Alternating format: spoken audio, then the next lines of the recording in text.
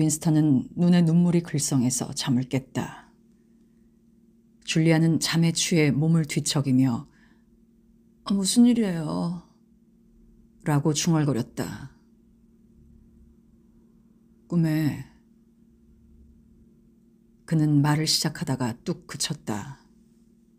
꿈이 너무 복잡해서 말로 옮길 수 없었다. 꿈도 꿈이지만 깨어난 뒤에도 그는 얼마 동안 그 꿈과 관련된 아득한 회상에 잠겼던 것이다. 그는 꿈속의 그 분위기에 푹 젖어 눈을 감은 채 돌아 누웠다. 그것은 그의 전생애가 마치 비온 뒤의 여름 저녁 풍경처럼 펼쳐지는 넓고 환한 꿈이었다. 모두 그 유리 물건 속에서 일어났다. 유리 표면은 창궁이었고 그 창궁 안에는 밝고 부드러운 빛이 가득해 먼 거리 저쪽까지 볼 수 있었다. 꿈속에서는 또한 그의 어머니 팔짓이 나왔고 30년 후 그가 영화에서 본 그 유태인 여자가 헬리콥터에 피격되어 산산조각 나기 전 어린아이를 총탄에서 보호하려고 감싸 안던 그 팔짓이었다. 이때까지 난 어머니를 내가 죽였다고 생각했어.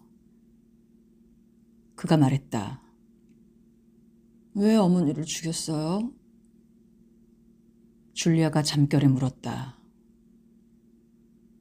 어머니를 죽이진 않았어. 육체적으로는. 꿈속에서 그가 마지막으로 어머니를 보던 장면이 나왔고 깨어서도 얼마 동안 그 일에 관련된 여러 가지 사소한 사건들이 회상되었다. 그것은 그가 몇 년을 두고 지워버리려 애써왔던 기억들이었다. 그는 그 일이 일어났던 연대는 확실히 기억할 수는 없었지만 아마 10살은 넘어 12살쯤 되었을 것이다. 아버지는 그 얼마 전에 사라졌다. 얼마나 오래전이었는지 알 수 없었다. 어수선하고 불안한 때였기 때문에 그 당시를 더 잘 기억할 수 있었다. 주기적으로 공수비와 공포에 사로잡혀 지하철 정거장으로 피난 가던 일, 사방에 쌓인 돌더미, 거리 모퉁이마다 붙은 이해할 수 없는 성명서, 한결같이 같은 색의 셔츠를 입은 청년 단원들, 빵집 앞에 기다란 열을 지어 늘어선 배급을 기다리던 사람들, 멀리서 들리던 끊임없는 기관 총소리, 그리고 무엇보다 먹을 것이 없었다는 사실. 그는 기억한다. 그 긴긴 대낮에 다른 아이들과 함께 쓰레기통과 쓰레기 더미를 헤치고 양배추 줄기에 감자 껍데기, 때로는 상한 곳을 떼어내면 먹을 수 있는 썩은 빵 조각을 주워내던 일을. 소먹이를 싣고 일정한 길을 지나던 트럭이 울퉁불퉁한 길에서 덜컥거릴 때 떨어지는 콩깻묵 조각을 줍던 일을. 그의 아버지가 사라졌을 때 어머니는 어떤 놀라움이나 극심한 슬픔을 나타내지 않았지만 그녀에게 급격한 변화가 일어날 것만은 확실했다. 어머니는 완전히 넋이 나간 것 같았다. 그녀는 꼭 일어나야 한다고 믿고 있는 일을 기다리고 있는 듯했고 윈스턴에게도 그것이 느껴졌다. 그녀는 밥을 짓고 빨래하고 꿰매고 잠자리를 봐주고 마루를 쓸고 벽난로를 닦는 등 해야 할 일은 다 했다.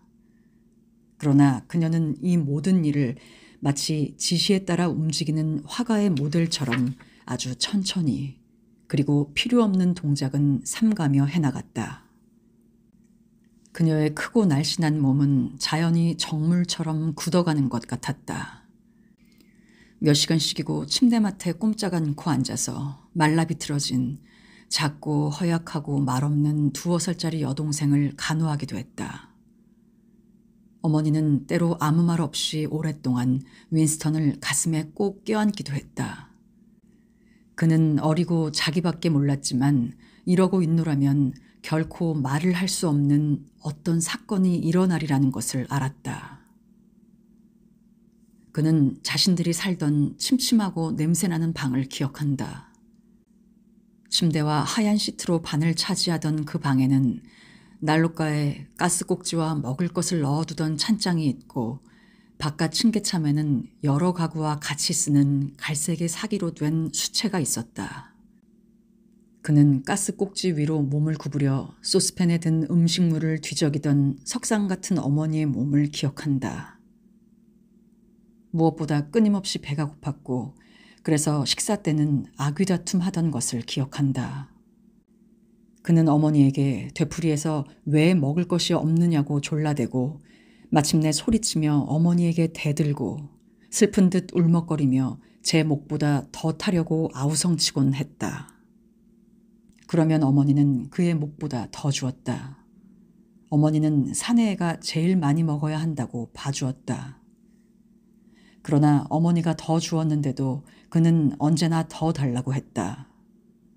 식사 때마다 어머니는 그에게 욕심 부리지 말고 여동생이 아프니까 먹이기라도 해야 한다며 타일렀지만 아무 소용도 없었다. 어머니가 더 주지 않으면 그는 화가 나서 소리를 지르고 소스팬을 잡아들고는 죽을 푸던 어머니 손에서 억지로 채뜨려 먹었다. 누이 동생의 접시에서 빼앗아 먹기도 했다. 그는 자기가 다른 두 사람을 굶어 죽인다는 걸 알고 있었으나 그로써도 어쩔 수 없었다. 그는 그렇게 할 권리가 있다고까지 생각했다. 뱃속에 허기진 꼬르륵 소리가 그것을 정당화시켜주는 것 같았다. 식사 시간 외에도 어머니가 지켜보지 않는 틈에 찬장 안에 든 보잘것없는 음식물을 자꾸만 훔쳐 먹었다. 어느 날 초콜릿 배급이 나왔었다. 지난 몇 달 동안 이런 배급이 없었다. 그는 그 귀중한 초콜릿 한 조각을 똑똑히 기억한다. 그들 세 식구에게는 2온스짜리 한 조각이 배급되었다. 이것을 세 조각으로 나누는 것이 타당했다. 갑자기 누구라도 들으라는 듯 윈스턴은 자기 혼자서 그 전부를 먹어야 한다고 커다랗게 소리쳤다. 어머니는 욕심을 부리지 말라고 타일렀다. 오랫동안 외치고 울부짖고 꾸짖고 달래는 소동이 벌어졌다. 연약하고 어린 동생은 새끼 원숭이처럼 두 손으로 어머니를 꼭 붙잡고 슬픈 눈을 커다랗게 떠서 어깨 너머로 오빠를 보며 앉아 있었다. 마침내 어머니는 초콜릿을 나누어 4분의 3을 그에게 주고 나머지를 누이 동생에게 주었다. 그 작은 계집애는 그걸 받아들고도 무엇인지 모르는 바보처럼 보고만 있었다. 윈스턴은 잠시 동생을 노려보았다. 그리고 갑자기 동생의 손에서 초콜릿을 날쌔게 채워가지고 문 밖으로 튀었다. 윈스턴! 윈스턴! 어머니는 그를 불렀다. 돌아와! 동생한테 초콜릿을 돌려줘! 그는 걸음을 멈추었다. 그러나 되돌아가진 않았다. 어머니의 눈이 간절하게 그의 얼굴을 보고 있었다. 지금까지도 어머니는 무언가 일어나려고 하는 그가 모르는 일을 생각하고 있다고 느꼈다. 동생은 무언가 뺏겼다는 것을 알고는 가냘프게 칭얼대기 시작했다. 어머니는 아기를 가슴에 꼭 안았다. 어머니의 태도에서 어쩐지 누이 동생이 죽어간다는 느낌이 들었다. 그는 돌아서서 손에 질컥거리는 초콜릿을 들고 층계를 뛰어내려갔다. 그리고는 다시 어머니를 보지 못했다. 초콜릿을 몽땅 먹고 나니 그제서야 좀 부끄러운 생각이 들고 그래서 몇 시간 동안 거리를 헤매다가 배가 고파서야 집에 돌아왔다. 그가 집에 와보니 어머니가 없었다. 어머니의 외투는 그대로 있었다. 지금까지도 그는 어머니가 죽었는지 살았는지 모른다. 누이 동생은 윈스턴 자신처럼 내란 때문에 늘어난 고아들의 집단 수용소에 수용되었거나 아니면 어머니와 함께 노동자 수용소로 이송되지 않았으면 아마 죽었을 것이다. 그 꿈이 특히 쌓아나 보호하려는 듯 그 팔이 움직이던 장면이 그의 마음속에 여전히 생생했다. 모든 의미가 그 팔 움직임의 한 장면에 들어있을 것 같았다. 그는 2달 전에 꾼 꿈으로 생각이 다시 돌아갔다.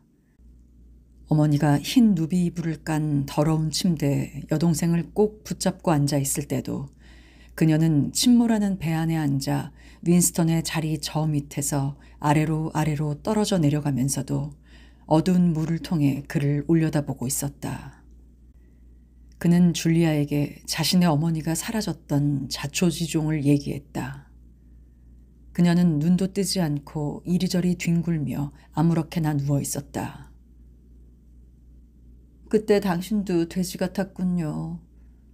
하긴 아이들이란 모두 돼지지만. 그녀는 덤덤하게 말했다. 그랬지. 그렇지만 정말 요점은 숨소리로 보아 그녀는 다시 잠속에 빠져드는 모양이었다. 그는 어머니에 대해서 좀 더 이야기를 계속하고 싶었다. 그의 기억으로는 어머니는 비범한 여자가 아니었고 더구나 지성이 있지도 않았다. 그러나 자기 나름의 가치관이 있었기 때문에 고상하고 순결한 품이 있었다. 자기대로의 감정을 지키고 있어 외부의 영향을 받지 않았다. 그녀는 쓸데없는 행동이라 해서 무의미하다고 생각하지 않는 것 같았다. 그에게 비록 아무것도 줄 것이 없다 하더라도 사랑만은 줄 수 있다고 생각하는 것 같았다. 초콜릿을 다 뺏기자 어머니는 여동생을 가슴에 꼭 껴안았다. 그래봤자 아무 소용도 없고 다른 일이 일어날 리도 없으며 초콜릿이 더 생기는 것도 아니었다. 딸과 그녀 자신의 죽음을 막을 수 있는 것도 아니지만 그렇게 하는 것을 당연히 여기는 것 같았다. 보트에 탔던 그 피난민 부인도 총탄을 막는데 종이 한 장만큼의 효과가 없음에도 어린아이를 팔로 감싸 안았다. 당이 행하는 무서운 일은 물질 세계에 대한 인간의 힘을 모두 빼앗아가는 동시에 단순한 충동이나 감정은 아무 쓸모가 없다고 설득시키는 것이다. 일단 당의 손아귀 위에 잡히기만 하면 느낀다든가 못 느낀다는 것, 한다는 것과 하지 못한다는 것이 문자 그대로 아무런 차이가 없게 된다. 그에게 일어난 일은 사라지고 그와 그의 행위도 다시 알 수 없게 된다. 그리하여 역사로부터 깨끗이 지양되어 버린다. 그러나 두 세대 전 사람에게는 역사를 변경시키려 들지 않았기 때문에 이것은 그리 중요할 수 없었다.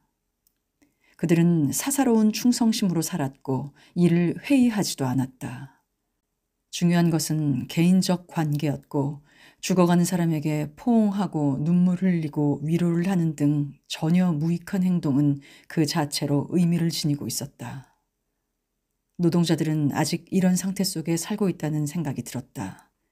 그들은 당이나 나라, 사상에 충성할 필요가 없고 서로의 인간에 충성한다. 그는 비로소 노동자를 경멸할 수 없고 언젠가 생명을 되찾아 세계를 재생시킬 수 있는 잠재적인 힘으로 보기에 이르렀다. 노동자들도 인간이다. 내부까지 굳어 있지는 않다. 그들은 그가 의식적으로 다시 배워야 할 원시적인 감정으로 살고 있다. 그는 이런 생각을 하다가 문득 몇 주일 전 길가에 떨어진 절단된 팔을 보고 양배추 줄기처럼 수채 속에 차 넣은 일이 떠올랐다. 노동자들도 인간이야. 우린 사람이랄 수 없지. 그는 소리내어 말했다. 왜 아니에요? 줄리아는 다시 잠에서 깨어 말했다. 그는 잠시 생각하다 말했다. 당신은 우리가 이제 할 수 있는 최선의 일이란 늦기 전에 나가서 다시는 서로 만나지 않는 것이라고 생각하지 않아? 그런 생각을 몇 번이나 했어요. 하지만 아무튼 전 그러진 않을 거예요. 우린 운이 좋은 편이야. 그렇지만 오래 계속하진 못하겠지. 당신은 젊어. 또 정상적이고 순진하게 보여. 나 같은 사람과 같이 지내지 않는다면 앞으로 50년은 더 살 거야. 아니에요. 저도 다 생각해 봤어요. 당신이 하는 대로 저도 따라해요. 너무 낙담하지 마세요. 전 살아있는 게 좋아요. 6개월쯤 더 살 수 있을지 모르지. 한 1년? 모르겠어. 결국 우린 헤어질 거야. 그럼 혼자서 어떻게 살 수 있을까? 그들에게 잡히기만 하면 둘 다 아무것도, 정말 아무것도 할 수 없지. 내가 자백하면 당신을 총살할 테고 자백을 거부한다 하더라도 당신을 역시 총살할 거야. 내가 뭘 하든 뭘 말하든 또는 말하지 않든 당신의 처형을 단 5분도 지연시킬 수 없어. 우리 한편이 죽었는지 살았는지도 알 수 없을 거야. 완전히 무력해지지. 단 한 가지 중요한 것은 그렇게 한다 해서 손톱만큼의 차이가 생기는 것도 아니지만 우리 서로를 배신해서는 안 된다는 것이야. 자백이란 건 안 할 수 없어요. 누구든 결국 자백하고 말아요. 당신도 어쩔 수 없어요. 그놈들이 고문을 할 테니. 자백을 말하는 게 아니야. 자백은 배신이 아니야. 자백을 하든 안 하든 그건 관계없어. 감정이 문제지. 그놈들 때문에 내가 당신을 사랑하지 않게 되면 그것이 진짜 배신이야. 그녀는 되씹어 생각하더니 마침내 그럴 수 없을 거예요. 라고 말했다. 그들이 할 수 없는 일이 한 가지 있어요. 당신이 무엇이든 결국 말하게끔 할 수는 있지만 그것을 믿게는 할 수 없어요. 당신 마음속까지 지배할 수는 없거든요. 정말이야. 그는 약간 생기가 돌았다. 당신 말이 옳아. 사람 마음까지 지배할 순 없지. 인간적으로 산다는 것이 보람 있다고 믿는다는 자체가 별다른 소득은 없다 하더라도 그놈들을 패배시키는 셈은 되는 거지. 그는 결코 잠들지 않는 텔레스크린을 생각했다. 그놈들이 밤낮으로 감시를 하지만 정신을 갖고 있는 한 우린 그놈들을 속이는 것이다. 그놈들이 아무리 지략이 있다 하더라도 다른 사람의 생각까지 알아낼 순 없다. 그들 소나귀에 잡혀 있으면 조금은 달라지겠지. 애정성 안에서 무슨 일이 일어나는가는 아무도 모른다. 그러나 추측은 할 수 있다. 고문, 최면제, 신경의 반응을 측정하는 정밀한 기계, 불면과 고독, 끊임없는 신문으로 만신창이가 되도록 괴롭히는 것. 어떻든 사실은 숨겨둘 수 없다. 신문으로 알아낼 수도 있고 고문으로 족쳐낼 수도 있다. 그러나 목적이 살아있다는 것이 아니라 인간적으로 산다는 것이라 할 때 그런 것이 궁극적으로 어떤 차이가 있는가. 그놈들은 우리 감정을 바꿔놓을 수 없다.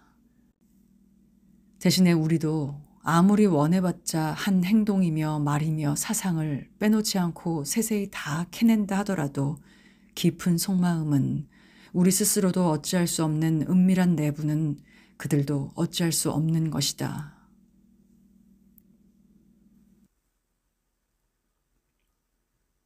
그들은 실행했다. 마침내 실행하고 만 것이다. 그들이 서 있는 방은 기다랗고 불빛이 은은했다. 텔레스크린 소리는 나지막하게 중얼거렸고 값비싼 검푸른 카펫의 촉감은 벨벳을 밟는 기분이었다. 방 저 끝에 오브리엔이 양쪽에 서류더미를 쌓아놓고 초록색의 램프빛 아래 책상 앞에 앉아 있었다. 하인이 줄리아와 윈스턴을 안내해서 들어왔을 때 그는 눈길도 주지 않았다. 윈스턴은 가슴이 너무 뛰어 말도 제대로 할 수 없을 것 같았다. 그가 생각할 수 있는 것은 우린 실행했다. 마침내 실행했다는 것뿐이다. 마침내 여기까지 왔다는 것이 어리석은 행동일지도 모른다. 그들이 다른 길로 해서 오브리엔의 문 앞에서 만나기는 했지만 함께 여길 왔다는 것이 전혀 바보짓일는지 모른다. 이런 장소에 온다는 것만도 정신을 소모해야 했다. 내부당원의 숙소를 구경하는 것은 물론 그들의 거주지역에 들어가는 일은 극히 드물다. 커다란 집의 으리으리한 분위기, 풍요로운 가구들, 좋은 음식과 값비싼 담배의 희한한 향기, 조용히 그리고 굉장히 빨리 움직이는 승강기, 급히 왔다 갔다 하는 하얀 조끼의 하인들, 모든 게 아찔할 정도다. 여기에 올 만한 충분한 구실을 가졌는데도 그는 걸음을 옮길 때마다 길목에서 검은 제복의 위병이 툭 튀어나와 신분증을 보자고 하고는 나가라고 명령할까봐 두려웠다. 그러나 오브리엔의 하인은 주저없이 그들 둘을 들어오라고 했다. 그는 체구가 작고 머리칼이 검은 남자로 흰 조끼를 입었는데 중국 사람처럼 다이아몬드형의 얼굴은 완전히 무표정했다. 그들이 안내된 복도는 부드러운 카펫을 깔았고 상아색 벽지와 흰 벽판은 모두 더할 나위 없이 깨끗했다. 이것을 보니 또 아찔했다. 윈스턴은 벽에 사람떼가 묻지 않은 복도를 처음 보는 것이다. 오브리에는 종이 쪽지를 손가락에 끼고 열심히 음미해보고 있는 모양이었다. 그는 콧날만 보일 정도로 얼굴을 깊숙이 숙여 냉철하고 지성적으로 보였다. 한 20초 동안 끄떡도 하지 않고 앉아 있었다. 그러더니 구술 기록기를 그의 앞으로 끌어 성의 혼성 전문어로 메시지를 불러주기 시작했다. 항목 157 완결 승인. 항목 6 포함된 내용 지극 엉망 사상죄 지경. 각하 미완 건설 중지 부족 기계 견적 요. 메시지 끝. 그는 서서히 의자에서 일어나 카펫을 조용히 밟으며 그들에게로 다가왔다. 약간 사무적이던 분위기는 신어와 함께 사라져버렸지만 그의 표정은 방해를 당해 불쾌한 듯 여느 때보다 무거웠다. 윈스턴은 조금 전 느낀 공포가 갑자기 솟아나며 당황했다. 정말 바보 같은 잘못을 저지른 모양이다. 무슨 증거로 오브리엔을 정치적 공모자로 믿었는가. 한 번 마주친 시선과 한마디 애매한 말뿐이다. 그 외에는 이를 토대로 자기 혼자 은밀히 꾸며본 상상이다. 이젠 사전을 빌리러 왔다는 구실로 물러날 수도 없게 되었다. 줄리아가 어째서 같이 왔는가를 설명할 수 없기 때문이다. 오브리엔이 텔레스크린 앞을 지날 때 그에게 무슨 생각이 떠오른 모양이었다. 그는 걸음을 멈추고 옆으로 가더니 벽에 달린 스위치를 눌렀다. 끽 소리가 나더니 텔레스크린 소리가 꺼졌다. 줄리아는 놀라 조그맣게 비명을 질렀다. 그 공포 속에서도 윈스턴마저 놀라 마침내 입을 열 수 있었다. 그걸 끌 수 있군요. 그래, 우린 끌 수 있지. 그만한 특권은 갖고 있다네. 오브리엔이 말했다. 그는 이제 그들 맞은편에 있었다. 그의 육중한 체구가 그들 두 사람 앞에서 굽어보고 그의 얼굴 표정은 여전히 불가사의했다. 그는 엄숙하게 윈스턴이 말하기를 기다리고 있었다. 그런데 무얼 말하나. 지금껏 그는 바쁜 사람을 왜 방해하느냐고 힐난하는 듯 했다. 아무도 말을 하지 않았다. 텔레스크린을 끄고 나니 방 안은 쥐 죽은 듯 조용했다. 시계 소리가 굉장히 크게 들렸다. 윈스턴은 난처해져서 오브리엔의 얼굴만 물끄러미 쳐다보았다. 그러자 갑자기 그 침울한 얼굴이 풀어지더니 미소라도 곧 지을 것 같았다. 오브리엔은 그만의 독특한 몸짓으로 코 위의 안경을 고쳤었다. 내가 말할까? 자네가 말하겠나? 그가 물었다. 제가 말하죠. 저건 정말 꺼졌나요? 윈스턴이 재빨리 말했다. 그럼 모두 꺼졌네. 우리뿐이야. 저희가 여기 온 것은 그는 자신의 내방 동기가 모호하다는 것을 비로소 깨닫고 말을 멈추었다. 그가 오브리엔에게서 무슨 도움을 구해야 할지 사실 몰랐기 때문에 여기까지 온 이유를 말하기가 쉽지 않았다. 그의 얘기가 약하고 핑계처럼 들리리라고 생각하면서 말을 계속했다. 저희는 어떤 음모가 있으리라고, 당에 반항하는 어떤 비밀단체가 있으리라고 믿고 있습니다. 당신이 거기에 가담했으리라고 믿고 있습니다. 저희도 거기에 가담해서 일해보고 싶습니다. 저희는 당신의 적입니다. 영사의 강령을 믿지 않습니다. 사상범이죠. 그리고 간음자들이고 저희들 운명을 당신에게 맡기고 싶어 이 말을 하는 것입니다. 당신이 저희들에게 달리 범죄의 행위를 하라고 명령한다면 저희로서는 각오가 되어 있습니다. 문이 열려 있다는 생각이 들어 그는 말을 멈추고는 고개를 돌렸다. 아니나 다를까 노란 얼굴에 그 작은 사내가 노크도 없이 들어왔다. 접시에 술병과 술잔을 들고 왔다. 마틴은 우리 편일세. 오브리엔이 태연히 말했다. 술을 이리 가져오게, 마틴. 저 둥근 테이블에 놓게. 의자는 수가 되나? 그럼 우리 앉아서 편히 얘기를 나누어 보세. 마틴, 자네도 의자를 가져오게. 이제부터 사무로 들어서니까 한 10분 동안은 자네도 하인 노릇을 그만두게. 마틴도 편안히 앉았다. 그러나 아직 하인의 태도, 어떤 특권을 가졌다고 뽐내는 호텔 보이와 같은 티가 남아있었다. 윈스턴은 곁눈으로 그를 보았다. 이 사람은 한평생 동안 어떤 역할을 하고 그래서 잠시라도 자기의 가면을 벗는 게 위험하다고 생각되는 모양이었다. 오브리에는 병을 들어 검붉은 술을 잔에 따랐다.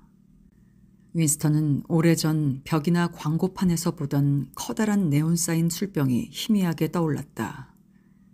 그것은 위아래로 움직이며 술잔에 술을 따르던 것이었다. 잔 위에서 보면 이 술은 거의 검정색이었지만 병 안에서는 루비색으로 빛났다.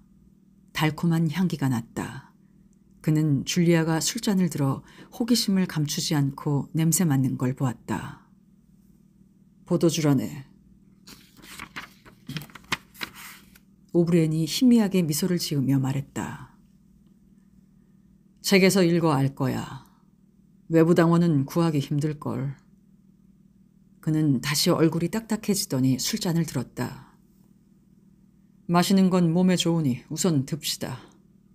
우리의 지도자 임마누엘 골드슈타인을 위해. 윈스턴도 흥분해서 잔을 들었다. 포도주라면 책에서 보고 상상만 해본 거다. 유리 문진이나 체링턴 씨가 반만 알고 있는 그 노래처럼 이 포도주도 그가 남몰래 혼자서 즐겨 회상하는 그 옛날에 지금은 사라진 낭만적인 시대의 유물이다. 그는 포도주라면 흙달기로 만든 잼처럼 아주 감미롭고 그러면서 곧 취하게 만드는 것이라고 늘 상상해왔다. 그러나 실제로 마시고 나서 적잖이 실망했다. 사실은 수년 동안 진만 마셔왔기 때문에 포도주의 제맛을 음미할 수 없었던 것이다. 그는 빈잔을 놓았다. 그럼 골드슈타인이란 사람이 정말 있습니까? 그가 물었다. 있지. 그런 사람이 정말 살아있지. 어디에 있는가는 나도 모르네만.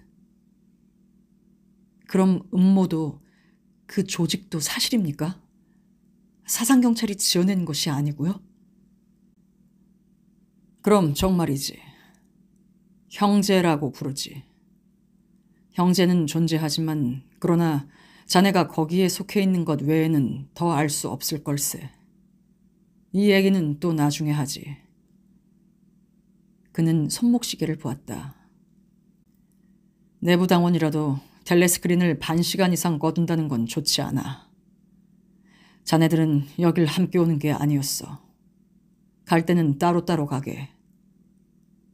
동무, 먼저 나가게. 아직 20분은 더 있을 수 있어. 우선 자네들에게 몇 가지 물어보겠네. 자네들은 무엇이든 할 각오가 서 있나? 할 수 있는 것은 무엇이든지. 윈스턴이 대답했다. 오브리엔은 의자를 약간 돌려 윈스턴과 마주대했다. 윈스턴이 줄리아의 대답까지 해주리라 생각했는지 그는 줄리아를 거의 무시하고 있었다.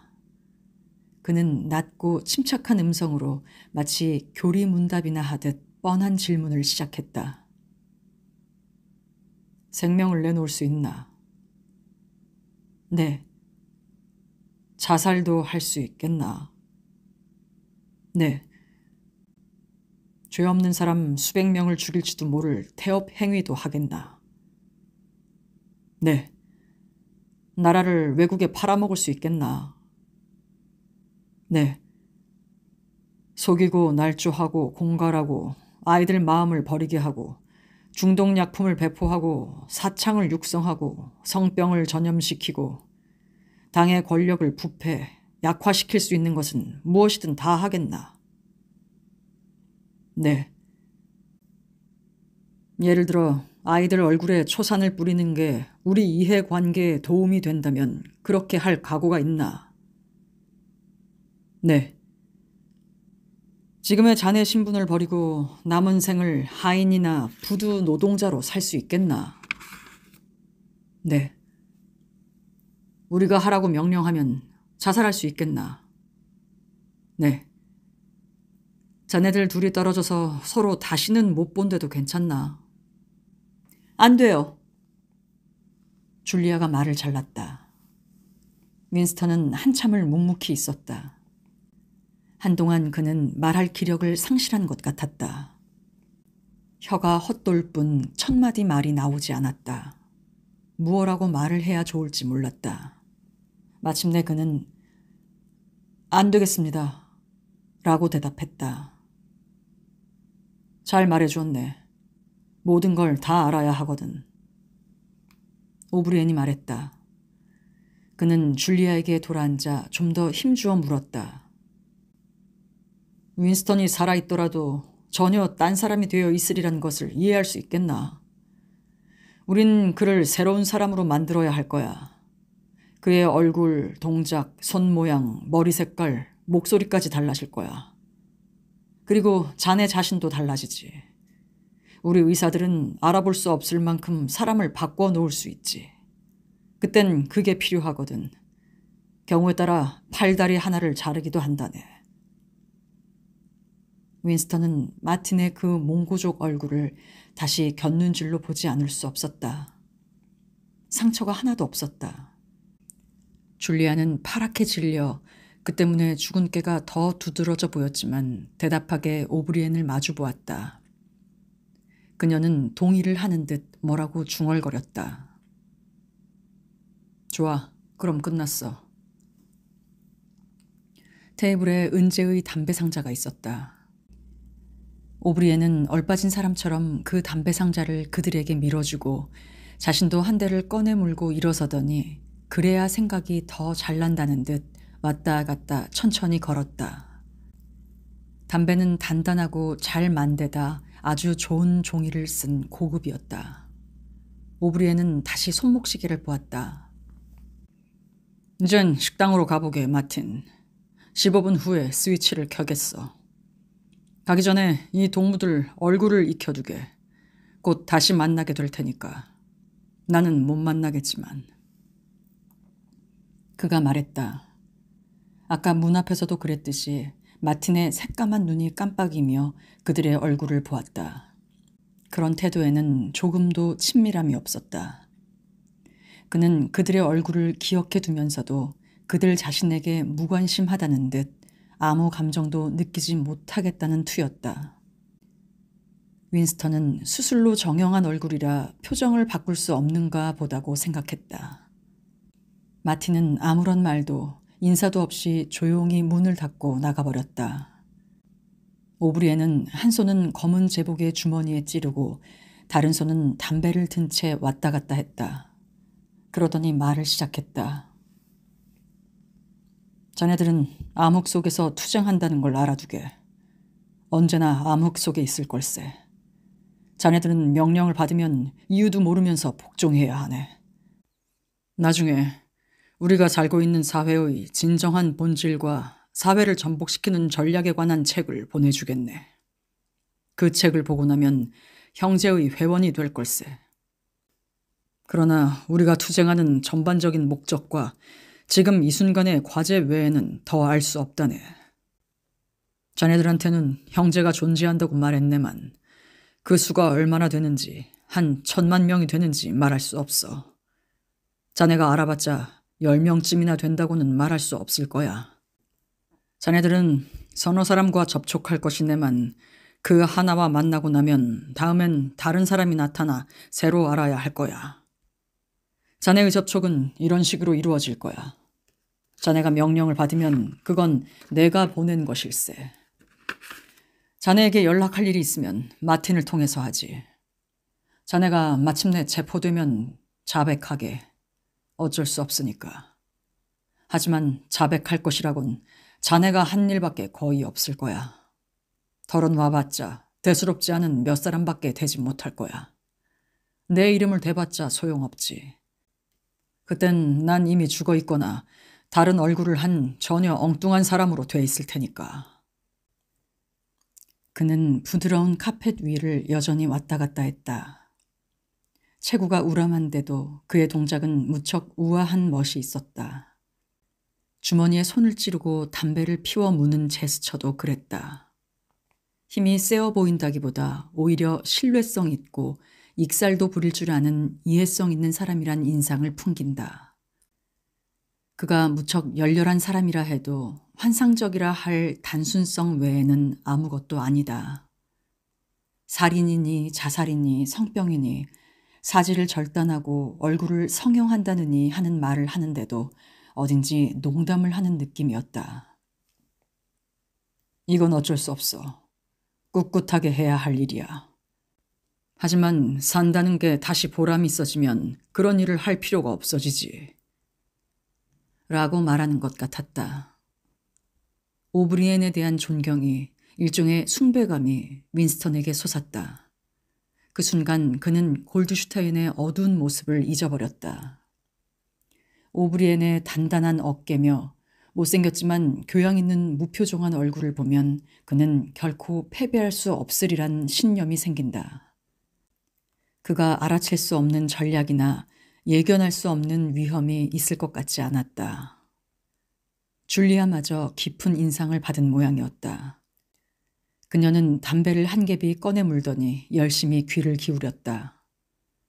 오브리엔은 말을 계속했다. 형제가 있는 소문을 자네들은 들었을 거야. 물론 자네들 맘대로 상상했겠지. 아마 거대한 조직이 있어 지하실에서 비밀리에 만나고 벽에다 메시지를 긁어대고 아무나 무슨 손짓으로 서로를 알아본다고 생각했을 거야. 그런 일은 실제로 없어. 형제의 회원들은 서로 알아볼 방도도 없고 아는 사람도 몇 사람 이상일 수 없어. 골드슈타인 자신이 사상경찰에 체포된다 해도 완전한 조직 명단을 대주거나 그걸 알 수 있는 정보도 대줄 수 없지. 그런 명단이 없으니까 말이야. 형제란 일반적인 의미의 조직이 아니기 때문에 완전 소탕될 수가 없어. 분쇄될 수 없다는 이념으로 유지해가지. 이 이념만이 자네들을 뒷받침해 주는 거야. 그 외엔 동료의식이라든가 사상 함양 같은 게 없어. 자네가 마침내 붙들린다 해도 아무 도움도 받을 수 없어. 우린 우리 조직원을 도울 수 없어. 기껏해야 입을 막아야 할 사람에게 면도날을 깜빵으로 슬쩍 넣어주는 정도야. 자네들은 소득도 희망도 없는 삶을 살아야 하네. 얼마 동안 일하다가 체포되어 자백하고는 죽을 거야. 그것이 자네들이 예측할 수 있는 유일한 소득이야. 우리 일생에 어떤 변화가 일어날 가망도 없고 우린 죽은 몸이나 다름없어. 우리의 진정한 삶은 미래에 있어. 우린 그때 한 줌의 먼지와 몇 개의 뼈다귀로 변해 있겠지. 그러나 그 미래가 얼마나 후일까 알 수 없어. 몇천 년이 걸리는지. 현재로선 조금씩 참다운 정신을 넓혀가는 것뿐이야. 집단 행위를 할 수도 없어. 우린 겨우 우리의 지식을 개인에서 개인으로, 세대에서 세대로 전해줄 수 있을 뿐이야. 사상경찰이 있으니 다른 방도가 없어. 그는 말을 멈추고 세 번째로 손목시계를 보았다. 자네가 가볼 시간이 돼가네, 동무. 그는 줄리아에게 말했다. 잠깐, 술이 아직 반 이상 남아있군. 그는 술잔을 채우고 자기 잔을 집어들었다. 이번에는 무얼 건배할까?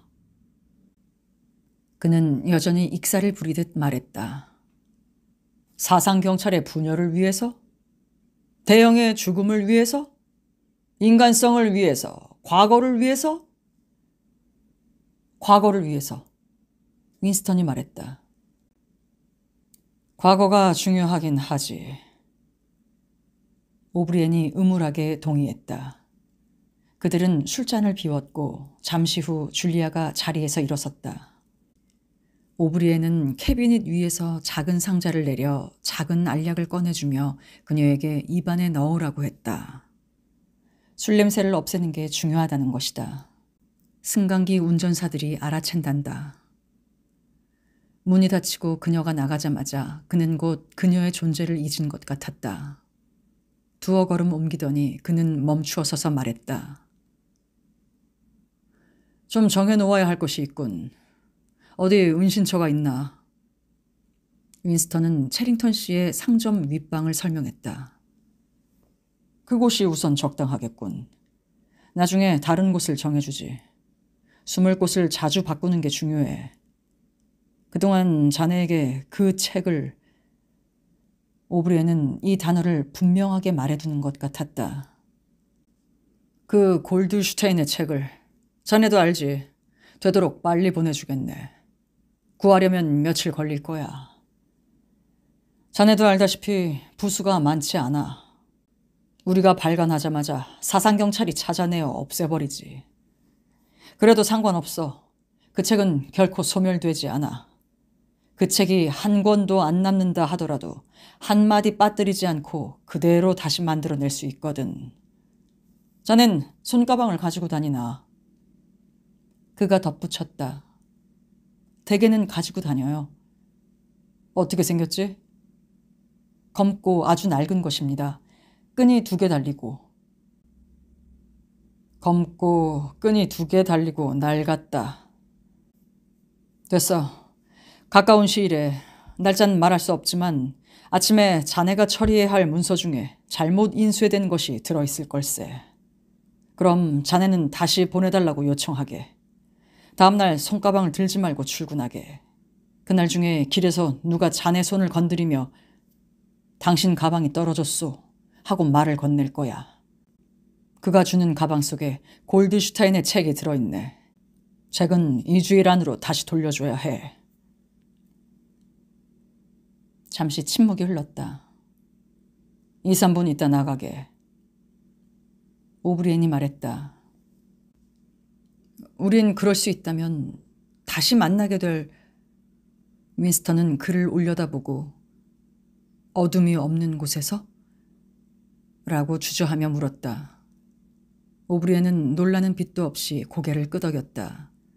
그는 그 암시를 알고 있다는 듯 말했다. 어둠이 없는 곳에서.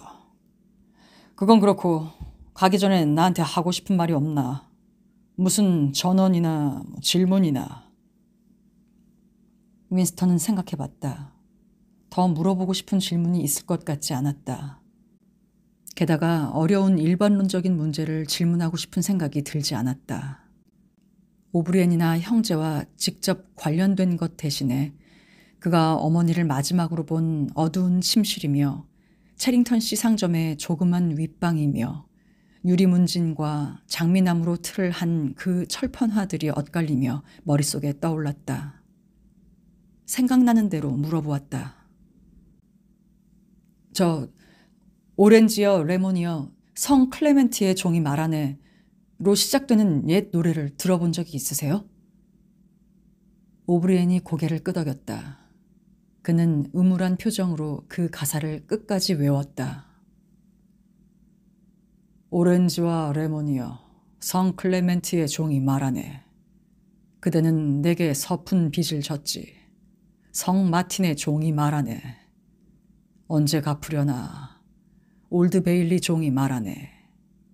부자가 되면은 슈어디치 종이 말하네.